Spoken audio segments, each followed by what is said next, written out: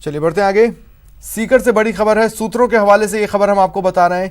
NIA की team ने छापेमारी की है। फतेहपुर के कई इलाके हैं जहां पर ताबड़तोड़ दबिश दी गई है, छापेमारी की गई है। एनआईए के साथ पुलिस की क्यूआरटी भी मौजूद है।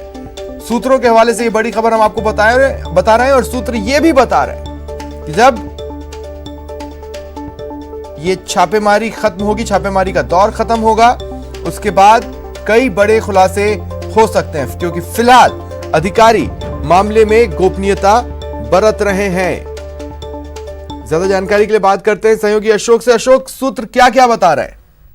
देखिए, अभी जो प्रारंभिक जानकारी सूत्रों के आधार पर जो सामने आई है वो एनआईए की टीम है। उसने जो है फतेहपुर शेखावाटी के 2 गांव हैं, रोहल सावसर और गोड़िया, वहां पर जो है जाके दबिश दी है। उसके बाद इस दबिश में क्या निकला है, किस बात के लिए छानबीन हो रही है, इस बात की जानकारी कोई अधिकारी नहीं दे रहे। पूरे गोपनीयता जो है इस मामले में बरती जा रही है। यहाँ तक कि जो फतेहपुर में है वहां भी इस पूरे मामले की गोपनीयता बरती जा रही है। टीम जो है फतेहपुर शेखावाटी सदर थाने में अभी मौजूद है।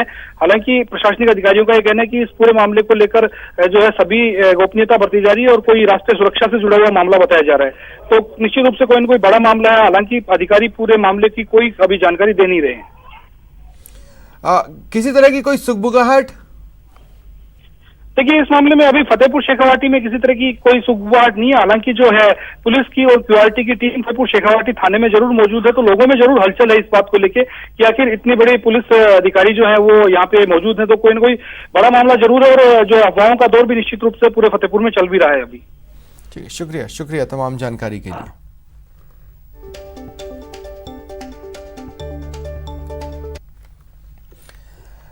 बड़ी खबर भीलवाड़ा से है। यहां सट्टा लगाते 3 सटोरिये पकड़े गए। आईपीएल मैच पर सट्टा लगवा रहे थे। इनके पास से हिसाब किताब मिला है, कागज मिले हैं जिसमें 1 करोड़ का हिसाब किताब है।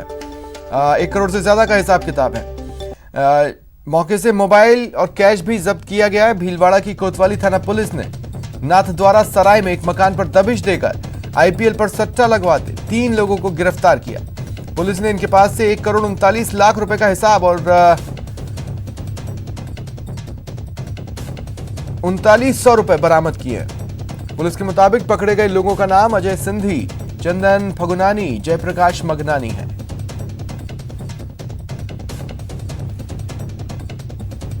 सूचना मिली कि कोतवाली थाना क्षेत्र में जो नाथद्वारा सराय एरिया है वहां पर आईपीएल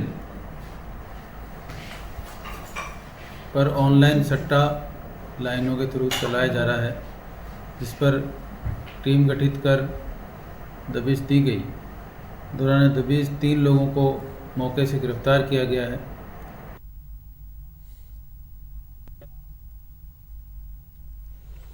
और ज्यादा जानकारी के लिए बात करते हैं सहयोगी प्रमोद तिवारी से। प्रमोद, देखिए, आपसे पिछली बातचीत के आधार पर इतना तो कहा जा सकता है कि ये जो भी पकड़े गए ये दरअसल छोटी मछलियां हैं, लेकिन क्या बड़े मगरमच्छों तक पहुंचने की कवायद शुरू हुई?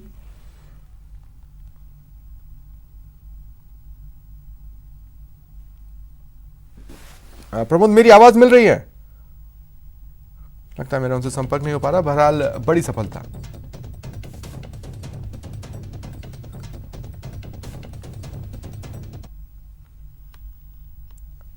कोटा में मिलावट के खिलाफ कार्रवाई जारी है। 3.5 क्विंटल मिलावटी मावा जब्त किया गया है। शुद्ध के लिए युद्ध के तहत कार्रवाई। डीएसपी के साथ नयापुरा थाना पुलिस मौके पर मौजूद है। शुद्ध के लिए युद्ध अभियान जोरों पर प्रदेश भर में चल रहा है। हर रोज आपकी सेहत से खिलवाड़ करने वाले पकड़े जा रहे हैं। हर रोज आपकी सेहत पर डाका डालने वाले पकड़े जा रहे हैं। हर रोज मिलावटखोर पकड़े जा रहे हैं। इसी कड़ी में कोटा में बड़ी कार्रवाई। 3.5 क्विंटल मिलावटी मावा जब्त हुआ है।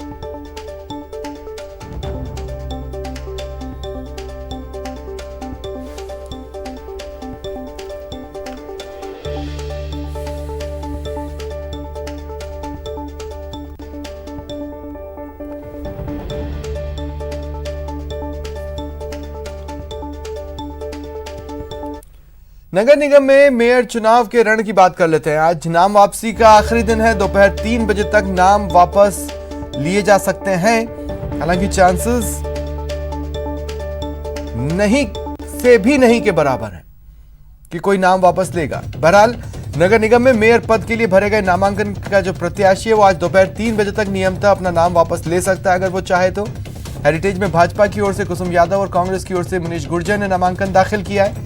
इसी प्रकार नगर निगम ग्रेटर में कांग्रेस की ओर से दिव्या सिंह और भाजपा की ओर से डॉक्टर सौम्या गुर्जर ने नामांकन दाखिल किया है।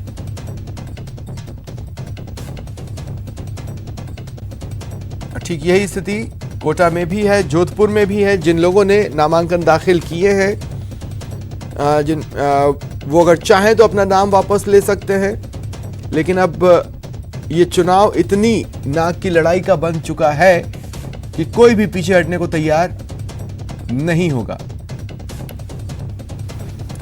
और इस बीच इसी रण से जुड़ी तमाम हलचलों को अपने पक्ष में करने के लिए पार्टियां बाड़ाबंदी भी कर रही हैं। दोनों ही पार्टियों ने बाड़ाबंदी की है अपने अपने पार्षदों को सुरक्षित रखने की कवायद के तहत। हेरिटेज और ग्रेटर जयपुर में दोनों निगमों के पार्षदों की बाड़ाबंदी हो चुकी है। तो जयपुर से खबर है कांग्रेस की बाड़ाबंदी। जयपुर ग्रेटर के जो कांग्रेस पार्षद हैं उनकी बाड़ाबंदी होटल शकुन में की जा रही है। साथ ही क्षेत्र के जो विधायक हैं या फिर जो विधायक प्रत्याशी रहे हैं उन्हें जिम्मेदारियां दी गई हैं। कुछ ही देर में पार्षद नेता होटल शकुन पहुंचना शुरू हो जाएंगे। ग्रेटर में कांग्रेस के 49 पार्षद हैं। बहुमत के लिए 76 का आंकड़ा चाहिए। ग्रेटर में मेयर बनाने के लिए कांग्रेस को 27 और पार्षद चाहिए।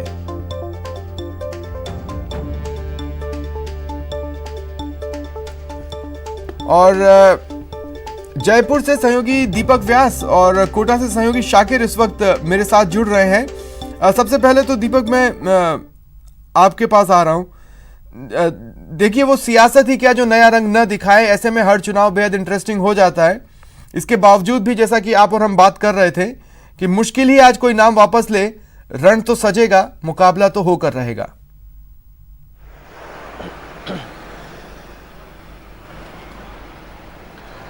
देखिए इसमें देखिए मैं आपको बता दूं सबने बिल्कुल निश्चित तौर पर जो मुकाबला है वो तो यहां पर होकर ही रहेगा, क्योंकि नामांकन वापस लेने का कोई भी गुंजाइश यहां पर बस्ती नहीं है।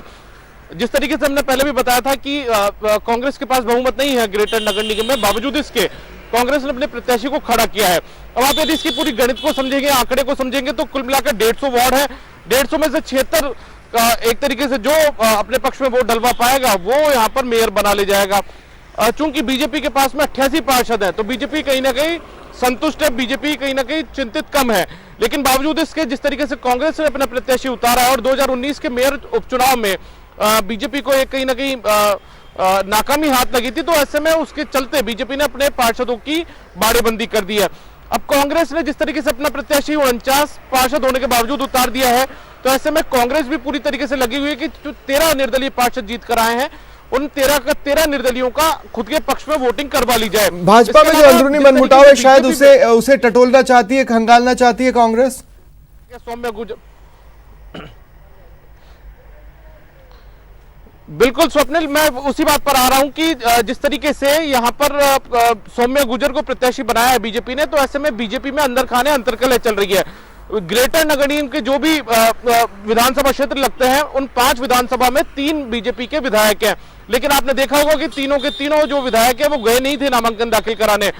कहा यह जा रहा है कि सौम्या गुर्जर के नाम को लेकर उन 5 विधानसभा क्षेत्रों के विधायक चुनाव लड़ चुके प्रत्याशी और जो 3 विधायक हैं उन 5 के 5 नाराज हैं। उन्होंने शुरुआत में ही मना कर दिया था कि इस सौम्या गुर्जर को प्रत्याशी नहीं बनाया जाए, बावजूद इसके जिस तरीके से संगठन ने प्रत्याशी बनाया तो वो अंदर खाने उनकी नाराजगी चल रही है। ये भी बताया जा रहा है कि वरिष्ठ नेता चाहे वो गुलाब चंद कटारिया हो या दूसरे बड़े नेता हो, वो लगातार इन विधायकों की नाराजगी मनमुटाव को दूर करने में जुटे हुए हैं। कल भी उनसे बात की गई है। इसके अलावा जो सौम्या गुर्जर के पति हैं वो भी लगातार डैमेज कंट्रोल में जुटे हैं। वो भी जानकारी मेरे पास यही है कि वो कल ही सांगानेर के विधायक अशोक लाहौटी से भी मिले हैं, तो ऐसे में डैमेज कंट्रोल उनकी तरफ से भी किया जा रहा है। लेकिन ये डैमेज कंट्रोल कितना गुल खिला पाता है, क्या इसका कोई फायदा बीजेपी को मिल पाता है या फिर इसका जो मुनाफा है वो कांग्रेस भुना ले जाती है, ये इसी को देखने के लिए लगातार जो 10 तारीख का चुनाव मेयर चुनाव होने वाला है उस पर सबकी निगाह है।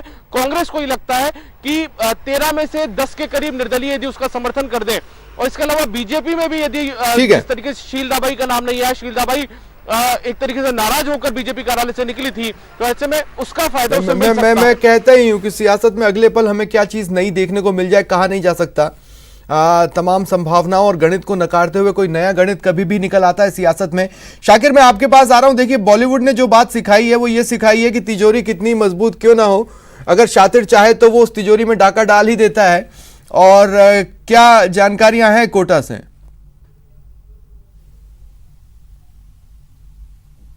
जी देखिए, कोटा में भी जो है, कोटा दक्षिण को लेकर के सियासी घमासान जारी है। 36 जो है दोनों के पास आए और 8 निर्दलीय जो हैं वो ही उन्हीं के हाथ में सत्ता की चाबी है। दोनों तरफ से 4-4 जो निर्दलीय हैं उनको अपने अपने पास होने का दावा किया जा रहा है, लेकिन मेरे साथ भाजपा ने जिनको काउंट कर रखा है वो निर्दलीय पार्षद मेरे साथ मौजूद हैं जो बाड़ेबंदी में नहीं है, यानी अभी तक ये भाजपा खेमे में नहीं गए हैं। ओम गुंजल इनका नाम है, पूर्व विधायक प्रहलाद गुंजल के भतीजे हैं और वार्ड नंबर 3 से चुनाव जीत करके आए, 31 से जो है चुनाव जीत करके आए हैं। मैं इनसे बात करने की कोशिश करता हूं। ये अभी तक नाराजगी इनकी बरकरार है। भाजपा के बड़े नेता लगातार इनको फोन कर रहे हैं।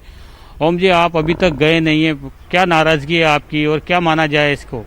देखिए, मेरी सबसे पहले तो बात यही है, मैं फर्स्ट दिन से कह रहा हूं कि मेरा टिकट किसके आधार पर काटा, क्या मैं जिता उम्मीदवार नहीं था।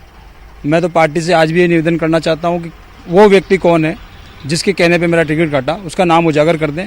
मैं पार्टी के साथ था, पार्टी के साथ रहूंगा, परंतु पार्टी एक बार स्पष्ट करे कि मेरा टिकट किस आधार पे काटा। अब क्योंकि दिन नजदीक आते चले जा रहे हैं, बाकी जो भाजपा के पार्षद है वो सब जो है बाड़ेबंदी में, आप एकदम खुले में। कांग्रेस की तरफ से भी आपको ऑफर आ रहा होगा, बीजेपी के बड़े नेता भी आपको लगातार फोन कर रहे हैं। देखिए, फोन सबके आ रहे हैं, कांग्रेस के भी आ रहे हैं, बीजेपी के भी आ रहे हैं, लेकिन जहां तक मेरा स्टैंड है कि पार्टी अगर मुझे संतुष्ट करती है कि मेरा टिकट किस व्यक्ति के कहने पे काटा, तो मैं मेरा विचार बनाऊंगा। अगर नहीं करती है तो मेरा मत का अधिकार है, मैं मत दूंगा। कहाँ देना है कहाँ नहीं देना ये मैं 9 तारीख को डिसाइड करूंगा। नाराजगी क्या है, क्या नाराजगी है? क्योंकि अब तो काफी दिन हो गए, आप जीत कर आ भी गए, इस दौरान आपकी बातचीत भी हुई होगी। पहले भी कई पार्षद लड़े, नहीं तो भाजपा इन्हें रेस्पॉन्स क्या दे रही है? शायद उनका टिकट, उनका निलंबन किया गया, उनका निष्कासन बताइए, तो फिर इन्हें रेस्पॉन्स क्या दिया जा रहा है?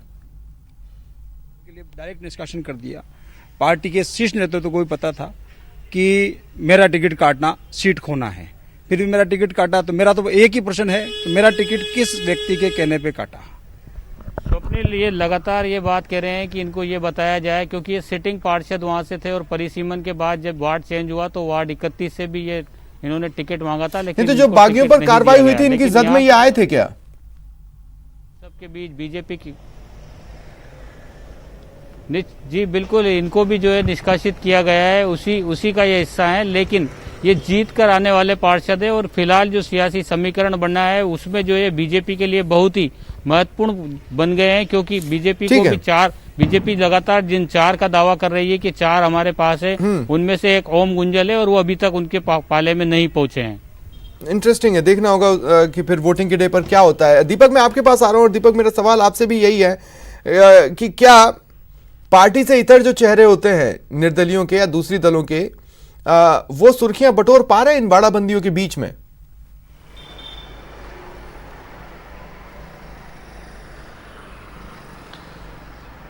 देखिए, निर्दलीय स्वप्निल कोई भी रहा हो और जब बहुमत नहीं होता है तो निर्दलियों की पहुंच बहुत ज्यादा बढ़ जाती है। भले ही इस बार जो निर्दलीय जीत कर आए हो उनमें बीजेपी कांग्रेस दोनों के बागी हो, इसके अलावा कोई नया वैसे चेहरा जीत कर नहीं आया हो, लेकिन अब इन निर्दलियों की पहुंच बढ़ गई है। देखिए, अब हेरिटेज नगर निगम की आप बात कर लीजिए, पहले जिस तरीके से वहां पर कुसुम यादव को जो प्रत्याशी बीजेपी ने बनाया वो निर्दलीय चुनाव जीत कर आई है, बागी है बीजेपी की। शुरुआत में उनका टिकट काटा, फिर उसके बाद में ऐन मौके पर उन्हें वापस से टिकट दे दिया गया, फिर उनका जो एक तरीके से नामांकन था वो खारिज कर दिया गया बीजेपी के नाम से जो उन्होंने भरा था सिंबल पे। तो अब जैसे उन्होंने चुनाव जीता, बीजेपी ने वापस उन्हें अपने एक तरीके से पाले में ले लिया और उन्हें अपना प्रत्याशी बना दिया। तो अभी निर्दलियों की पहुंच तो निश्चित तौर पर बढ़ी हुई है। कल भी जिस तरीके से हमने देखा था ग्रेटर के अंदर कांग्रेस ने अपना प्रत्याशी खड़ा किया है बहुमत नहीं होने के बावजूद, तो ऐसे में जो निर्दलीय थे उनको बड़ी आवभगत के साथ यहाँ पर इस होटल में, जो पीछे होटल आप देख रहे हैं, यहाँ पर लाया गया था। जो मुझे कुछ लाइव तस्वीरें, जरूरी लाइव तस्वीरें मिल रही हैं जिनकी तरफ मैं जाना चाहता हूं। फिलहाल दीपक और शाकिर, आप दोनों का बहुत बहुत शुक्रिया मेरे साथ जुड़ने के लिए और तमाम जानकारी के लिए। प्रधानमंत्री नरेंद्र मोदी IIT दिल्ली के दीक्षांत समारोह में छात्रों को संबोधित कर रहे हैं। सीधी तस्वीरें। वर्क फ्रॉम होम या फिर वर्क फ्रॉम एनीवेयर जैसी सुविधाओं से जो कानून रोकते थे, उन कानूनों को भी हटा दिया गया है। ये देश के आईटी सेक्टर को ग्लोबली और कॉम्पिटिटिव बनाएगा और आप जैसे यंग टैलेंट को और ज्यादा मौके देगा। साथियों, आज देश में आपकी एक एक जरूरतों को समझते हुए भविष्य की आवश्यकताओं को समझते हुए एक के बाद एक निर्णय लिए जा रहे हैं, पुराने नियम बदले जा रहे हैं और मेरी ये सोच है कि पिछली शताब्दी के नियम कानूनों से अगली शताब्दी का भविष्य तय नहीं हो सकता है। नई शताब्दी, नए संकल्प, नई शताब्दी, नए रीति रिवाज, नई शताब्दी, नए कानून। आज भारत उन देशों में है जहां कॉरपोरेट टैक्स सबसे कम है। स्टार्टअप इंडिया इस अभियान के बाद से भारत में 50,000 से भी ज्यादा स्टार्टअप शुरू हुए हैं। सरकार के प्रयासों का असर है कि पिछले 5 वर्षों में देश में पेटेंट की संख्या 4 गुना हो गई है। ट्रेडमार्क रजिस्ट्रेशन में भी 5 गुना वृद्धि दर्ज की गई है। इसमें भी फिनटेक के साथ साथ एग्रो, डिफेंस और मेडिकल सेक्टर से जुड़े स्टार्टअप्स अब तेजी से बढ़ रहे हैं। बीते वर्षों में 20 से ज्यादा यूनिकॉर्न्स भारतीयों ने भारत में बनाए हैं। जिस तरह देश प्रगति पथ पर बढ़ रहा है, मुझे विश्वास है कि आने वाले 1-2 सालों में इनकी संख्या और बढ़ेगी और हो सकता है आज यहां से निकलने वाले जो आप जैसे नौजवान हैं वो उसमें एक नई ऊर्जा भर दें। साथियों, इंक्यूबेशन से लेकर फंडिंग तक आज स्टार्टअप्स को अनेक प्रकार की मदद की जा रही है। फंडिंग के लिए 10,000 करोड़ रुपए का फंड ऑफ फंड्स बनाया गया है। 3 साल के लिए tax exemption, self certification, easy exit जैसे अनेक सुविधाएं स्टार्टअप्स के लिए दी जा रही है। आज हम नेशनल इंफ्रास्ट्रक्चर पाइपलाइन के तहत 1 लाख करोड़ रुपए से ज्यादा निवेश करने की तैयारी है। इससे पूरे देश में state of the art infrastructure का निर्माण होगा जो वर्तमान और भविष्य दोनों की जरूरतों को पूरा करेगा। साथियों, आज देश हर क्षेत्र की अधिकतम संभावनाओं को हासिल करने के लिए नए तौर तरीकों से काम कर रहा है। आप जब यहां से जाएंगे, नई जगह पर काम करेंगे, तो आपको भी एक नए मंत्र को लेकर काम करना होगा। ये मंत्र है focus on quality, never compromise, ensure scalability, make your innovations work at A mass scale, assure reliability, build long-term trust in the market, bring in adaptability. रुकते हैं ब्रेक के लिए।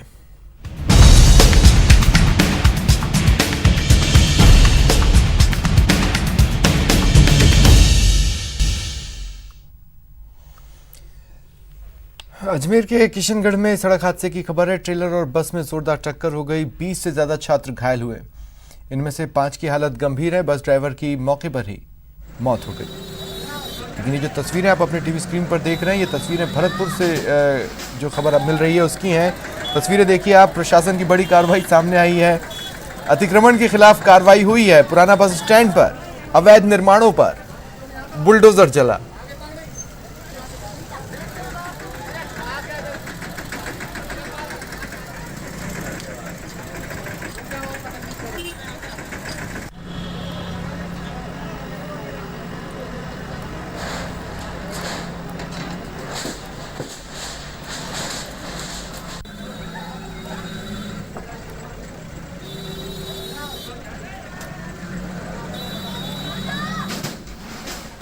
तो अतिक्रमण के खिलाफ ये भरतपुर में कार्रवाई हुई है। पुराना बस स्टैंड पर अवैध निर्माणों पर बुलडोजर चलाया गया।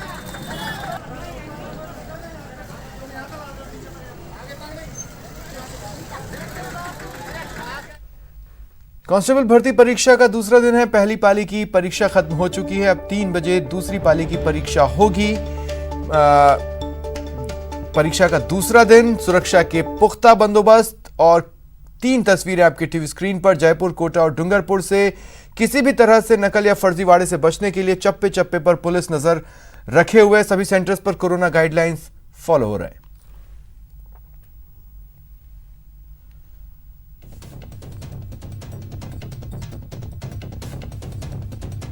और मुन्ना भाई भी सक्रिय हैं। पहले दिन पुलिस ने कई मुन्ना भाई पकड़े। बस पैसे दो और पुलिस के सिपाही बनो, कुछ ऐसे ही सपने दिखाकर ये मुन्ना भाई परीक्षार्थियों से पैसे वसूल रहे थे। जयपुर पुलिस कांस्टेबल परीक्षा में असली की जगह फर्जी परीक्षार्थियों को बैठाने की तैयारी में थे, लेकिन जयपुर कमिश्नरेट की स्पेशल टीम और नाहरगढ़ थाना पुलिस ने ज्वाइंट कार्रवाई की और गिरोह के सरगना बलराम और देवी सिंह सहित कुल 11 आरोपियों को दबोच लिया। आरोपियों के पास से एडमिट कार्ड और अन्य फर्जी दस्तावेजों के साथ 28 कोविड-19 घोषणा पत्र की कॉपी भी मिली है। गिरोह के 6 सदस्य असली अभ्यर्थियों के स्थान पर परीक्षा देने पटना से प्लेन के जरिए दिल्ली आए और फिर दिल्ली से बाया रोड जयपुर पहुंचे थे। दलाल के रूप में काम किया जा रहा है, जो भोले वाले परीक्षार्थी हैं उनसे पैसे लेकर के उनको लिखित परीक्षा में पास करवाने का आश्वासन देकर के यहाँ पे 3-4 लाख रुपए एक परीक्षार्थी से लेते हैं और यहाँ बिहार या पटना से बुला करके परीक्षार्थियों की एग्जाम दिलवाते हैं। आरोपी अंकित, कुंदन और देवी सिंह परीक्षा केंद्रों के बाहर रहकर असली परीक्षार्थियों के परिजनों से पैसे वसूलते थे, जबकि आरोपी मनीष बिहार से फर्जी परीक्षार्थियों को तैयार करने का काम करता था। वहीं गिरोह का मास्टरमाइंड बलराम फर्जी आधार कार्ड तैयार किया करता था। फिलहाल इतना ही। नमस्कार।